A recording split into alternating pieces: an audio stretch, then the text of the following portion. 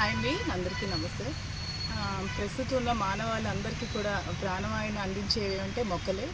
So ఇప్పుడు present జనరేషన్లో plantation అనేది చాలా తక్కువైపోయింది.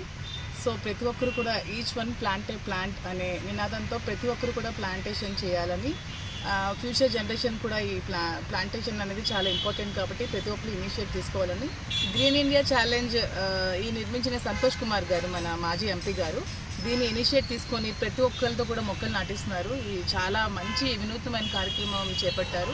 సో ప్రతి ఒక్కరు కూడా దీన్ని ఛాలెంజ్గా తీసుకొని ప్రతి ఒక్కరు కూడా ఒక ప్లాంట్ నాటాలని నేనైతే కోరుకుంటున్నాను. Thank you. Green India challenge హరిత సేన మాజీ ఎంపీ సంతోష్ కుమార్ గారు నేపథ్యంలో జరుగుతున్నటువంటి ఒక గొప్ప గ్రీన్ విప్లవం. దీన్ని చూస్తుంటే ఎంత అద్భుతంగా వాళ్ళు ఈ ఆర్గనైజేషన్ ద్వారా ఈ మొక్కలు నాటే కార్యక్రమాన్ని చేస్తుండడం చాలా అబ్బురపరుస్తుంది. ఒక్కొక్క ప్రాంతంలో ఎన్ని రకాలైనటువంటి మొక్కలు అవసరం, ఆరోగ్యం కోసం వేప చెట్లు కూడా అవసరం అన్నటువంటి ఉద్దేశంతో వేప చెట్లను కూడా విస్తారంగా నాటినటువంటి ఈ గ్రీన్ ఛాలెంజ్ సంస్థ చాలా గొప్ప కార్యక్రమాలు చేపడుతుంది.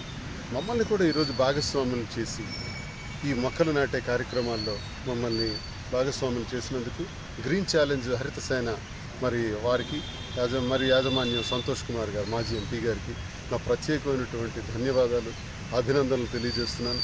ఒక్క విషయం, భూమిపైన ఈ విశ్వంలో ఎంత గ్రీనరీ ఉంటే మనకంత ప్రాణవాయువు వస్తుంది. సకల కోటి జీవరాశులకి, మానవాళికి ముఖ్యంగా ప్రాణవాయువు